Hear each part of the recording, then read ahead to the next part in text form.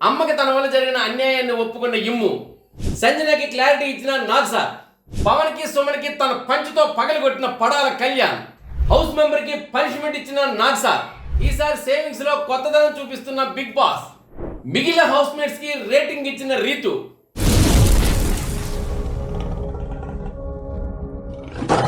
Hi hello నమస్తే, నేను SS Patnaik. చూస్తూనే ఉండండి పెమ్స్ టీవీ. షేర్ చేయండి, లైక్ చేయండి, సబ్స్క్రైబ్ చేయండి, గంట సేపలు కొట్టడం మర్చిపోకండి. ఇక బిగ్ బాస్ అప్డేట్స్ విషయానికి వచ్చినట్లయితే, ఇక నిన్న జరిగిన శనివారం రాత్రి ఎపిసోడ్లో అమ్మకి తన వల్ల జరిగిన అన్యాయానికి అంగీకరించిన ఇమ్ము అని ఎందుకు అన్నారంటే, యాక్చువల్గా ఏంటంటే ఇమ్ముకి అమ్మ అంటే ఎవరు, మన సంజనమ్మ.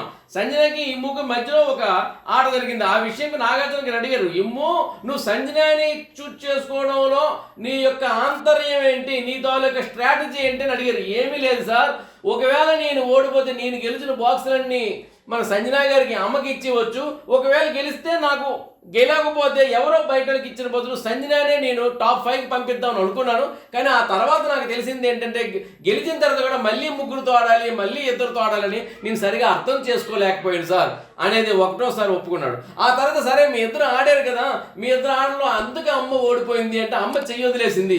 సరే ఒకసారి నీ ఆట చూద్దాం అనుకుని తను ప్రదర్శిస్తే అందులో కూడా తను రోపు వదిలేసి బాల్స్ పట్టుకున్నాడు. నువ్వు కూడా చేతులు వదిలేసావు కదా అంటే, నేను నడుముకు చుట్టుకున్నాను కదా అన్నారు.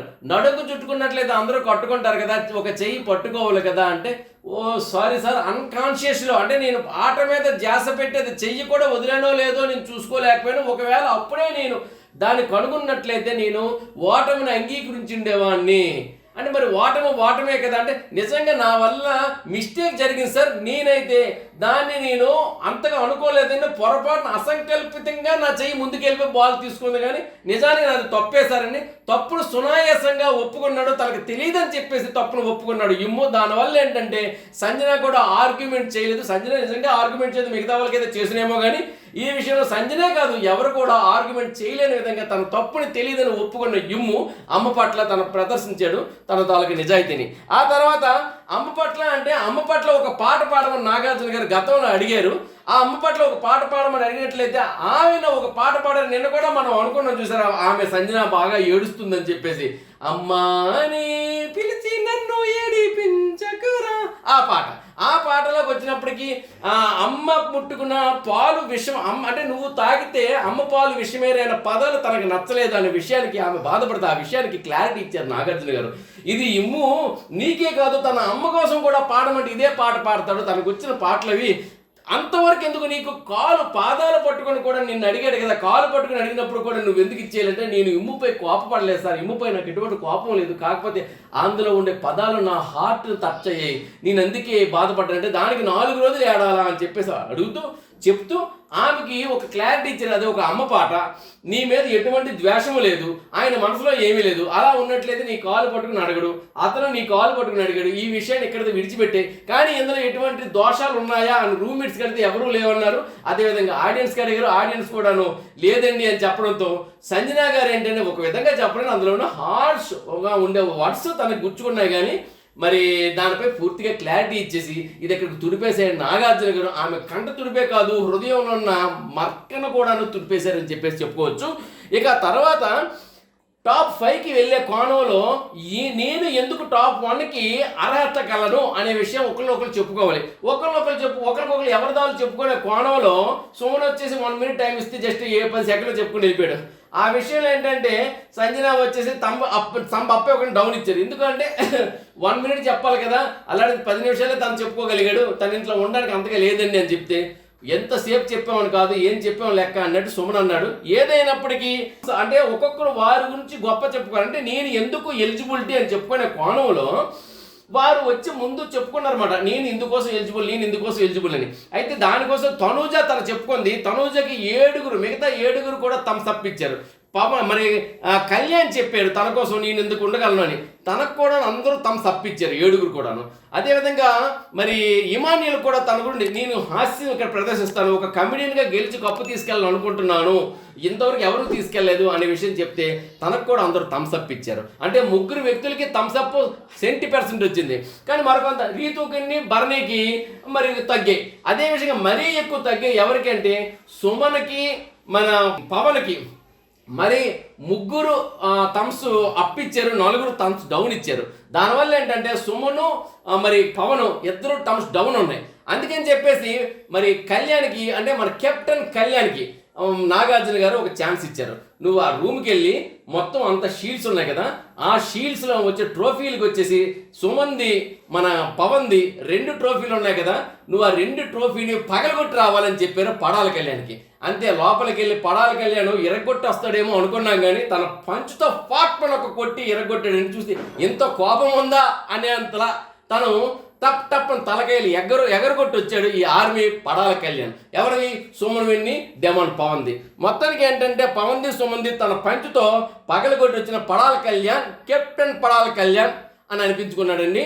Anyhow first ticket to finale గెలుచుకున్న పడాల కళ్యాణ్కి నాగార్జున గారు అభినందించారు.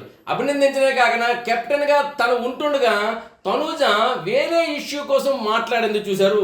ఆ విషయం అంటే ఏంటి, ఇమాన్యుల్కి తనూజకి మధ్యలో వ్యక్తిగత విషయాల కోసం డిస్కస్ చేసింది నామినేషన్ టైంలో. ఆ టైంలో వ్యక్తిగత విషయం డిస్కస్ చేసినప్పుడు ఒక కెప్టెన్గా నువ్వు ఆపాలి కదా నాగార్జున గారు అడిగారు. ఆపే టైంలోనే ఫ్రీక్వెన్సీ సెకండ్లో బిగ్ బాస్ చేశారని చెప్పాడు. అంటే నువ్వు చేయాల్సిన పని బిగ్ బాస్ చేశాడు అంటావు అని చెప్పి నాగార్జున గారు అడిగారు. ఆ విషయానికి సరైన ఆన్సర్ కూడా చెప్పలేక తలదించుకున్నాడు పడాల కళ్యాణ్. ఏదైనప్పటికీ ఒక చిన్నగా అక్షంతలో పడాల కళ్యాణ్కి ఆ విషయంలో వేశారు. ఫస్ట్ టికెట్ టు ఫినాలే గెలుచుకున్నందుకు అభినందించారు. ఇక ఏదైనప్పటికీ తన డిజర్వ్ అనే మాట నాగార్జున గారు చెప్పారు. ఆ తర్వాత హౌస్ మెంబర్స్ అందరికీ ఇప్పుడు ఈ ఆదివారం మనం చూస్తాం.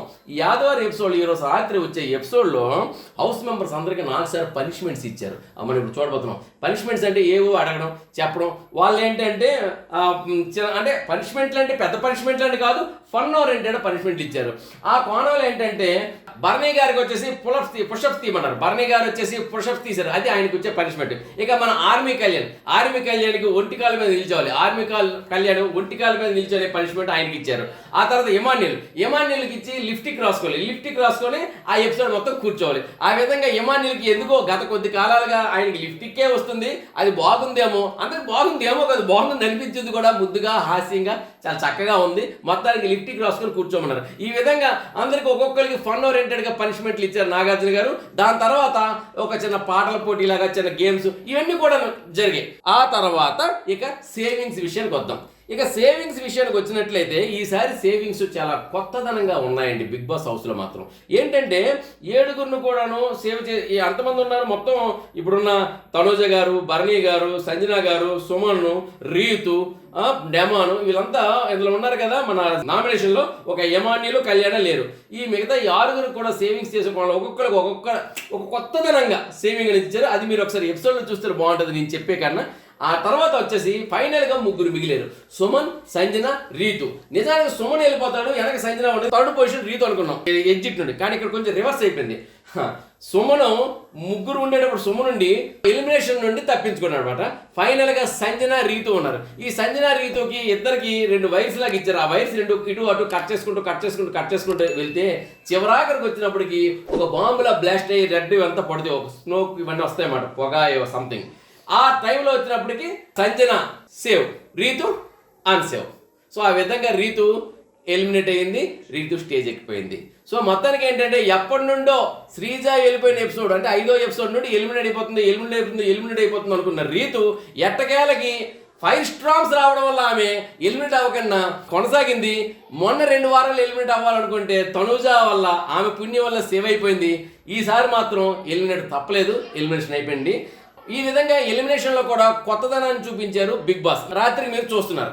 ఇక మిగిలిన హౌస్ మేట్స్ అంటే స్టేజ్ ఎక్కేసింది రీతు వచ్చి స్టేజ్ ఎక్కిన తర్వాత నాగార్జున గారితో నాగార్జున గారితో డిస్కషన్ అయిన తర్వాత తన తాలూకు జర్నీ ఇవన్నీ వీడియో చూసుకున్నాక నాగార్జున గారు అడిగారు, కొన్ని విషయాలు అడిగారు. మొత్తానికి నాగార్జున గారి విషయాలు అడిగేటప్పుడు అక్కడ రేటింగ్ ఇవ్వమని చెప్పారు. రూమ్లోని 7గురికి రేటింగ్ ఇవ్వాలి. మిగిలిన 7గురు రేటింగ్లో టాప్ 7లో బర్నీ గారు ఉంటారని, తనకు ఉండే కోపాన్ని అక్కసుని ఈ నెంబర్ రూపంలో కప్పుకుందని చెప్పొచ్చు. టాప్ 7 ఇచ్చింది.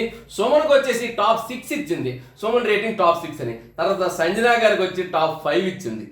సంజన గారికి టాప్ 5 ఇచ్చిన తర్వాత మిగిలిన టాప్ 4లోని మన కళ్యాణ్కి వచ్చేసి టాప్ 4 ఇచ్చింది. ఎవరు? ఫస్ట్ టికెట్ టు ఫినాలే గెలుచుకున్న కెప్టెన్ కళ్యాణ్కి వచ్చేసి టాప్ 4 ఇచ్చింది. తర్వాత టాప్ 2 టాప్ 3 ఎవరు ఉంటారంటే ఇమాన్యుల్కి తనూజకి మధ్యలో నిల్చోబెట్టి వీళ్ళిద్దరిలో ఎవరో ఒకరు టాప్ 2లో టాప్ 3లో ఉంటారు అని చెప్పడం జరిగింది అన్నమాట. సో ఆ తర్వాత ఇమాన్యుల్ తర్వాత టాప్ 1 ఎవరు ఉంటారంటే ఇంకెవరుంటారండి, డెమాన్ పవనే టాప్ 1 అని చెప్పేసి తన ప్రేమని చూపించుకుంది. సో టాప్ 1 డెమాన్కి ఇచ్చింది, టాప్ 2 టాప్ 3లో తనుజ కానీ ఇమాన్యుల్ కానీ ఎవరైనా ఉంటారు అటు ఇట్లోని. ఇక టాప్ 4లోని కళ్యాణ్ ఉంటుందని చెప్తే ఆ టాప్ 4 నెంబర్ కూడా తీసిందటండి. అది తీసి ఎక్కడ పెట్టిందో మీరు రాత్రి చూడండి. టాప్ 5 సంజన, టాప్ 6 మరి సుమన్, టాప్ 7 బర్రీ గారు. ఈ విధంగా రేటింగ్ ఇచ్చింది రీతు. తర్వాత రీతు ఎలిమినేట్ అయిపోయిన తర్వాత శోక సముద్రంలో మూలిగిపోయాడు మన పవన్. రీతు వెళ్ళిపోతూ రీతు ఇక అప్పగింతలు కప్పగింతలు ఇట్లాంటివన్నీ జరుగుతుంటాయి కదా. ఈ అప్పగింతల కప్పగింతల్లో వచ్చేసి ఒక్కొక్కరికి మన పవన్ అమాయకుడు, చిన్నోడు, పున్నోడు, కిన్నోడు, తిన్నోడు రకరకాలుగా చెప్పుకుంటూ తను జాగ్రత్తగా చూసుకోవాలని చెప్తూ, మరి కళ్యాణ్కి వచ్చినప్పటికి కళ్యాణ్ నువ్వు మాట్లాడట్లేదని తను చాలా హట్ అవుతున్నాడు, నువ్వే చూసుకోవాలి అని చెప్తూ. ఎలా ఉందంటే కళ్యాణ్ నువ్వే చూసుకోవాలని చెప్తూ కళ్యాణ్కి 4th పొజిషన్ ఇచ్చి పవన్కి 1st పొజిషన్ ఇచ్చింది. అంటే ఇప్పుడు కళ్యాణ్ బాగా చూసుకుంటే తను 1st వెళ్తాడు, కళ్యాణ్ వచ్చి 4th అవుతాడా. అంటే ఏంటంటే సర్వం నీదే కానీ సైన్స్లో సీయట్టుగా అన్నట్టు చెప్పినట్టు ఉంది. ఏదైనప్పటికీ మరి అమ్ముడు అక్కడ చూపించే విధానం, మరి శోక సముద్రంలో చూపించే ఏడుపు, మరి ఏది నిజం ఏది అబద్ధం, ఏది న్యాయం ఏది అన్యాయం, ఏది ధర్మం ఏది అధర్మం అది మనకైతే తెలియదు అన్నట్టు ఉంది. కానీ ప్రేక్షకులు డిసైడ్ చేశారు, బిగ్ బాస్ తీర్పు ఇచ్చేశాడు. ఏదేమైనప్పటికీ ఇదండి ఇప్పుడు అప్డేట్స్. మరిన్ని అప్డేట్స్తో మళ్ళీ నేను మీ ముందు ఉంటాను. చూస్తూనే ఉండండి పెమ్స్ టీవీ. షేర్ చేయండి, లైక్ చేయండి, సబ్స్క్రైబ్ చేయండి, గంట సింబల్ కొట్టండి. ఇక పెమ్స్ టీవీని మన ఇన్స్టాలో ఫాలో అవ్వండి, అదేవిధంగా పెమ్స్ టీవీని ఫేస్బుక్లో ఫాలో అవ్వండి. మీ యొక్క ఆదరాభాలను మమ్మల్ని అందించండి. మొత్తానికి ఏంటంటే మీ అందరూ చూస్తున్నారు, సబ్స్క్రిప్షన్స్ ఉన్న వాళ్ళు 4.5% చూస్తున్నారు, సబ్స్క్రిప్షన్స్ లేని వాళ్ళు 95.5% చూస్తున్నారు. కానీ మీ అందరికీ మా యొక్క సవినయమైన విన్నపం ఏంటంటే సబ్స్క్రిప్షన్ చేయని వాళ్ళు ఒక్కసారి సబ్స్క్రైబ్ చేస్తే మీకు ఎటువంటి నష్టం లేదు. మీరు చేసిన సబ్స్క్రిప్షన్స్ వల్ల ఇక్కడ మాకు మీరున్న ఎంతోమంది ఎంప్లాయీస్ కూడాను అది ఒక చేయూతలు ఇచ్చే వాళ్ళు అవుతారు. ఇన్హౌ నా రిక్వెస్ట్ని మీరు అంగీకరించి ప్లీజ్ సబ్స్క్రైబ్ చేయండి.